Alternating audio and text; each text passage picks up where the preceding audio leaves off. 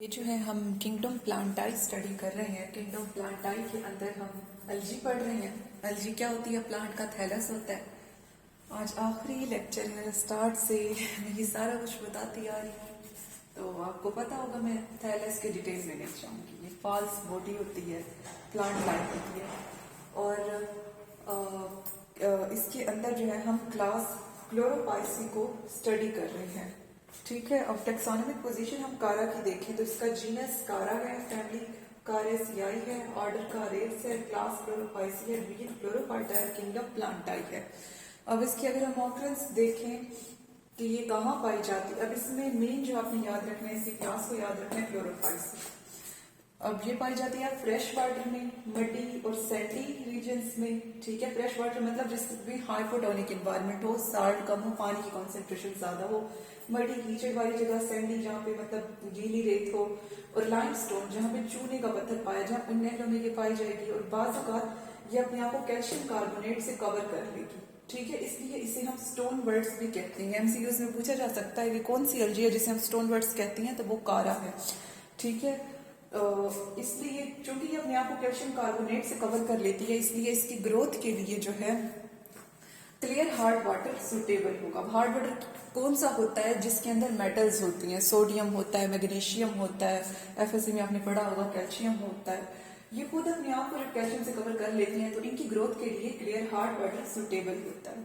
उसके बाद अगर हम इसकी प्लांट बॉडी देखें तो इसकी फाल्स बॉडी होती है जिसे हम थैलस कहते हैं, जिसकी हाइट 20 से 30 सेंटीमीटर तक होती है। ठीक है।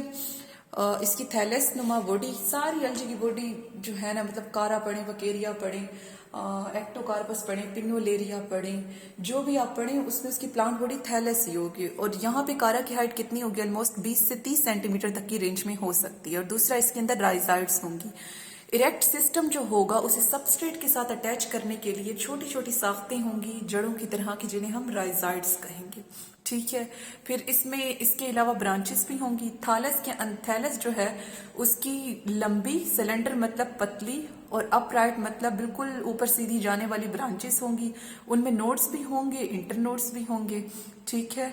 और नोड से जो है मदरजा झैल 4 साख्तें अराइज होंगी: ब्रांचलेट्स, लॉन्ग ब्रांचेस, स्टिपुलाइड्स और कॉर्टेक्स। अब नोड और इंटरनोड में क्या फर्क होता है? जहां से मतलब कोई स्ट्रक्चर अराइज हो रहा होता है ना, उस पॉइंट को नोड कहते हैं, और दो नोड्स के दरमियान जो जगह होती है उसे हम इंटरनोड कहते हैं। ये अभी मैं डायग्राम से भी समझाऊंगी। ठीक है। तो इसकी इरेक्ट बॉडी होगी जिसके ऊपर नोड और इंटरनोड होंगे, और नोड से मदरजा 4 साख्तें अराइज होंगी। एक तो इससे ब्रांचेस ऐसी अराइज होंगी जिनकी लिमिटेड ग्रोथ होगी, मतलब वो थोड़ा बहुत ग्रो करेंगे और फिर उनकी ग्रोथ रुक जाएगी, उन्हें जो है हम ब्रांचलेट्स कहेंगे। और एक इससे अराइज होंगी ब्रांचेस अनलिमिटेड ग्रोथ की। ठीक है। और ये वाली मतलब जो अनलिमिटेड वाली ब्रांचेस होंगी ना, अनलिमिटेड ग्रोथ वाली, मतलब लॉन्ग ब्रांचेस जिन्हें हम कहेंगे, ये 1 या 2 होगी, ये ज्यादा नहीं होंगी। ठीक है। और ये इन्हीं की वजह से ही जो है ग्रोथ कारा बॉडी की कंटिन्यू रहेगी। तो इस सारे पोर्शन में हमने क्या देखा? टेक्सोनोमिक पोजीशन देखी, जिसमें मैंने बताया कि क्लास क्लोरोपाइसी कारा की ज्यादा याद रखनी है। इसके ऑकरेंस का बताया कि ये फ्रेश वाटर, मडी, सेंटेड और लाइमस्टोन स्ट्रीम्स में पाया जाएगा, और ये अपने आप को कैल्शियम कार्बोनेट से कवर कर लेता है, इसलिए इसे स्टोन वर्ड्स भी कहते हैं, और इसलिए इसकी ग्रोथ के लिए क्लियर हार्ड वाटर सुटेबल होता है। फिर मैंने इसकी ब्रांचेस का बताया कि ये लॉन्ग सिलेंडर अपराइट ब्रांचेस पे मुश्तमिल होगा। इस पे नोड और इंटरनोड होंगे, और इसकी नोड से 4 साख्तें अराइज होंगी, जिसमें से 2 हमने पढ़ी है। एक लिमिटेड ग्रोथ वाली जिन्हें हम ब्रांचलेट्स कहेंगे, और एक अनलिमिटेड ग्रोथ वाली जो कि 1 या 2 होंगी, जिन्हें जो है हम लॉन्ग ब्रांचेस कहेंगे। उसके बाद जो है हम देखते हैं स्टिपुलाइड्स को। स्टिपुलाइड्स जो है ये स्ट्रक्चर्स भी अराइज होंगे हमारे। स्टिपुलाइड्स ना 2 होंगे। ठीक है। और ये ब्रांचलेट्स, अब ब्रांचलेट्स नोड से निकल रही है ना। ठीक है। अब नोड से जो लिमिटेड ग्रोथ की ब्रांचेस निकल रही हैं, उसके भी नीचे से कुछ साख्तें अराइज होंगी। ठीक है। जो कि यूनिसेल्यूलर होंगी, मतलब एक ही सेल पर मुश्तमिल होगी, और उन स्ट्रक्चर्स को जो है हम स्टिपुलाइड्स कहेंगे। कॉर्टेक्स क्या होगा? कुछ स्पीशी अपने आप को जो है कवर कर लेंगे वर्टिकली इलोंगेटेड सेल्स से। ठीक है। कुछ मतलब स्पीशी ऐसी होंगी जो अपने सारी स्ट्रक्चर्स को ना मतलब कुछ सेल्स से ढांप लेंगी, और हम कहेंगे कि ये अब इसका कॉर्टिकेटेड मतलब ढांपा हुआ कॉर्टिकेटेड कवर्ड स्ट्रक्चर जो है बन गया है। तो नोड से क्या क्या अराइज हुआ? ब्रांचलेट्स अराइज हुई, लॉन्ग ब्रांचेस अराइज हुई, स्टिपुलाइड्स अराइज हुए, और कॉर्टेक्स जिसने सेल्स को स्ट्रॉन्ग कर लिया। ये शील्ड के तौर पर काम करेगा, सेल्स की प्रोटेक्शन करेगा। अब अगर हम कारा की एक सेल का स्ट्रक्चर देखें तो इसका जो यंग सेल होगा वो यूनिन्यूक्लिएट होगा, और उसके अंदर कॉन्स्पिशियस मतलब प्रोमिनेंट न्यूक्लियस उसके अंदर प्रोमिनेंट या फिर कॉन्स्पिशियस वैक्यूल जो है उसके अंदर नहीं होगा। जैसे जैसे ये मेच्योर होगा तो इसके अंदर न्यूक्लियाई बढ़ते जाएंगे, ये मल्टी न्यूक्लिएट बन जाएगा। जिस एमएल के जरिए से माइटोसिस है, मतलब माइटोसिस के जरिए से सेल्स बढ़ेंगे और न्यूक्लियाई बढ़ेंगे, जिसकी वजह से ये मल्टी न्यूक्लिएट हो जाएगा। और इसके जो क्लोरोप्लास्ट हैं वो एरी कर लेंगे, मतलब वो आ जाएंगे, तरतीब पा लेंगे पेरीफ्री मतलब किनारे वाली साइड पे। और इसके अंदर रिजर्व फूड कारा के अंदर क्या होता है, स्टार्च होता है, और इसके अंदर साइटोप्लाज्मिक स्ट्रीमिंग का जो है फिनोमिना होता है। ये आपने पढ़ा होगा एफएससी में, जिसमें मतलब साइटोप्लाज्म गोल मूव करेगा, सारी ऑर्गेनेलिज भी जो है न्यूक्लियस के गिर्द मूव करेंगी। इसे हम यूँ कंसिडर कर लेते हैं कि जब हज का मौका होता है तो लोग खाना काबा के इर्द गिर्द तवाफ कर रहे होती हैं। इसी तरह सेम सेल के अंदर होगा कि उसका जो न्यूक्लियस होगा ना, उसके गिर्द साइटोप्लाज्म और मौजूद सारी ऑर्गेनेलिज उस न्यूक्लियस का तवाफ करेंगी। ठीक है, तो ये जो फिर तवाफ करने का प्रोसीजर सेल के अंदर हो रहा है, इसे हम साइटोप्लाज्मिक स्ट्रीमिंग कहेंगे। यहाँ से जो है आप इसे समझ सकते हैं। ठीक है, और सेल वॉल इसकी दो चीजों से बनी हुई होगी, कैल्शियम कार्बोनेट से और सिलिका से। अब सिलिका जहां भी होगा ना वो चीज को हार्ड बना देगा। सिलिका क्या होता है, सैंड का, रेत का कंपोनेंट होता है, और ये उस चीज को हार्ड बना देता है। अब जैसे सीमेंट में ये होता है, तो सीमेंट इसकी वजह से कितनी हार्ड हो जाती है। अब फिर अच्छा, इस सारे क्वेश्चन में अब हमने क्या देखा, हमने सेल का स्ट्रक्चर देखा कि यंग सेल यूनिन्यूक्लिएट होंगे और उनके अंदर प्रोमिनेंट वैक्यूल नहीं होगा। एमाइटोसिस से फिर जब वो मेच्योर होगा डिवाइड करेंगे, उसके न्यूक्लियर और मल्टी न्यूक्लिएट बन जाएगा, और इसके क्लोरोप्लास्ट किनारे वाली साइड पे आ जाएंगे। रिजर्व फूड उसके अंदर स्टार्च होगा, इसके अंदर साइटोप्लाज्मिक स्ट्रीमिंग होगी। सेल वॉल कैल्शियम कार्बोनेट और सिलिका की बनी हुई होगी। अब इसकी हम ग्रोथ देखें तो वो ऊपर वाले गुंबद नुमा सेल से होगी, एपिकल सेल से। ठीक है, जैसे ये है ना एक सेल और बाकी इसके नीचे, तो इनसे ग्रोथ स्टार्ट नहीं होगी, इससे स्टार्ट होगी। ठीक है, जो डोम शेप ऊपर की तरफ सेल होगा। और इससे ग्रोथ कैसे होगी कि इससे दो स्ट्रक्चर अराइज होंगे, एक इंटरनोडल इनिशियल जो कि इंटरनोड बना देगा, और एक होगा नोडल इनिशियल। अब नोडल इनिशियल जो है वो नोड बना देगा, और नोड से, अब इंटरनोड से मैंने आपको बताया कोई स्ट्रक्चर्स अराइज नहीं होते, ये जस्ट डिस्टेंस होता है। दो नोड्स के दरमियान स्ट्रक्चर्स हमेशा नोड से अराइज होंगे। अब नोड से फिर क्या अराइज होगा, दो सेंट्रल सेल अराइज होंगे, मतलब जो सेंटर में आएंगे, और 6 से 20 किनारे वाले सेल्स इस नोड से अराइज होंगे। ठीक है, अब मैं ये स्ट्रक्चर समझा देती हूँ। अच्छा, इसकी ग्रोथ का समझ आ गया ना कि वो किस सेल से होगी, ऊपर वाले गुंबदनुमा सेल से होगी। ठीक है, और ग्रोथ कैसे होगी कि उससे इंटरनोडल इनिशियल आएगा जो इंटरनोड बना देगा, नोडल इनिशियल आएगा जो कि नोड बना देगा, और नोड से दो सेंट्रल सेल राइज होंगे और 6 से 20 किनारे वाले सेल। अब यहाँ पे ना हम स्ट्रक्चर देख लेते हैं कारा का। ठीक है, अब कारा में आप देख सकते हैं कि इसकी ये जो है ये इसकी नोड है। ठीक है, अब हम कह सकते हैं कि ये जो है इसकी नोड है, और यहां से लेके यहां से लेके यहां ये भी नोड है, ये भी नोड है। इन दो नोड्स के दरमियान जो फासला होगा उसे हम इंटर नोड कहेंगे। और अगर एक छोटी ब्रांच पे देखें तो ये भी नोड है, ये भी नोड है, और इन दोनों के दरमियान जो फासला है ये वाला, इसे जो है हम इंटर नोड कहेंगे, इस फासले को। ठीक है, और उसके बाद अगर हम देखें तो इसकी साइड पे ये एक लंबी ये ब्रांच जा रही है। ये ब्रांच है अनलिमिटेड ग्रोथ की, जिसे हम लॉन्ग ब्रांच कहेंगे, और इसका दूसरा नाम एक्सेलरी ब्रांच भी होता है। ठीक है, उसके बाद अगर हम इसमें देखें तो इसमें से कुछ लिमिटेड ग्रोथ वाली ब्रांचेस आ रही हैं। ये देखिए, ये ब्रांचेस हैं लिमिटेड ग्रोथ की। ठीक है, और उसके बाद मैंने इसमें क्या, हाँ बस यही कुछ इसमें दिखाया हुआ है। हाँ, और इसमें वोरल है, प्राइमरी वोरल कहते हैं घेरा। ये इसमें जो है घेरा है प्राइमरी ब्रांचेस का। ठीक है, एक तो सेकेंडरी, अब प्राइमरी वो होंगी जो नोड से अराइज हो रही होंगी। ठीक है, फिर इन ब्रांचेस से जो अराइज हो रही होंगी वो फिर सेकेंडरी होंगी।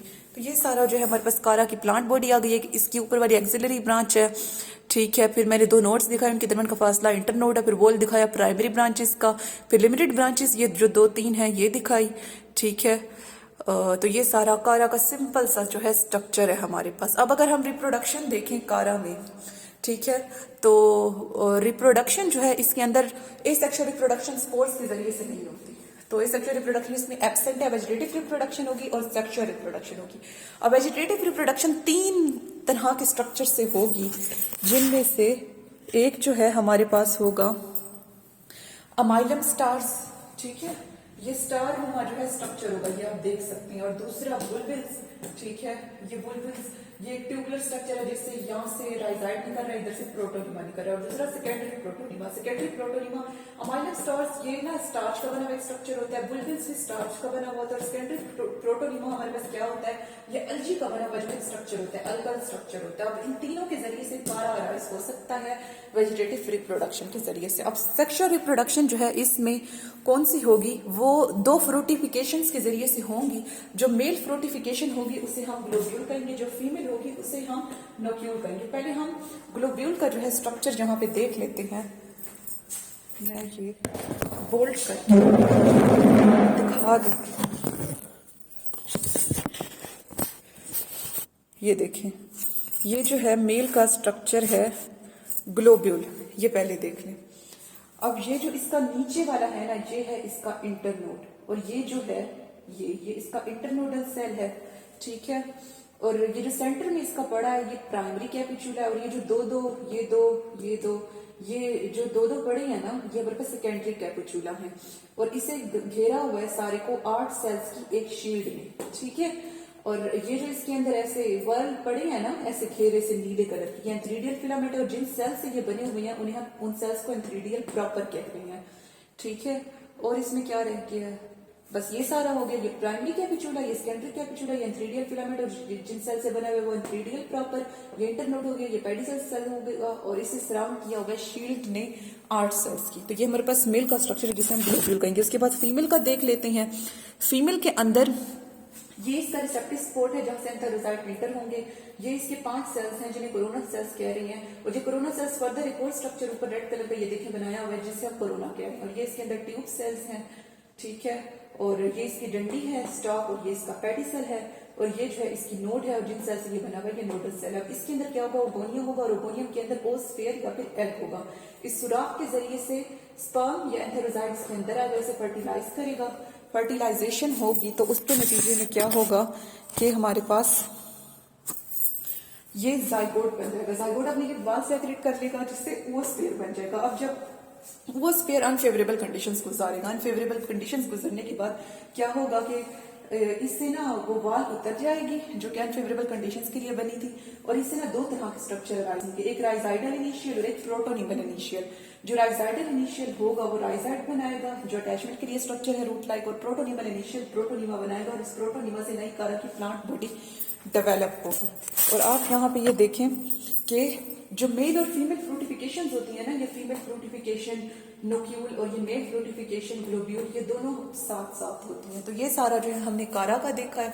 पहले हमने इसकी टेक्सोनॉमिक पोजीशन देखी, फिर ऑकरेंस देखी, फिर प्लांट बॉडी देखी जिसमें हमने राइजाइड, ब्रांचेस और फिर नोड से जो 4 स्ट्रक्चर्स राइज होते हैं, ब्रांच लाइन्स, लॉन्ग ब्रांचेस, स्टिकुलाइड कॉर्टेक्स, वो देखे। फिर हमने सेल का स्ट्रक्चर देखा कि पहले भी यूनिन्यूक्लिएट होगा, बाद में मल्टीन्यूक्लिएट बन जाएगा। फिर रिजर्व फूड इसमें देखी जो कि स्टार्च है।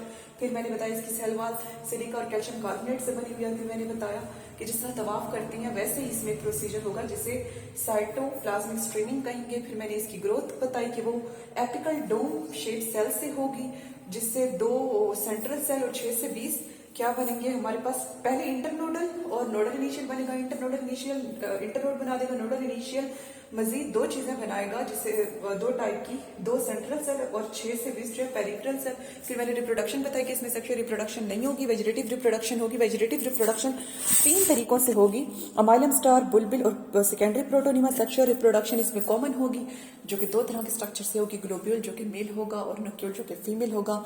इन दोनों के गैमेट्स मिलने से जाइगोट बनेगा जो फिर स्पोर बनाएगा, जिससे फिर फर्दर 2 स्ट्रक्चर्स राइज होंगे, एक राइजाइड और दूसरा प्रोटोनिमा। तो ये सारा हो गया कारा, और ये हो गई हमारी सारी एल्गी एंड।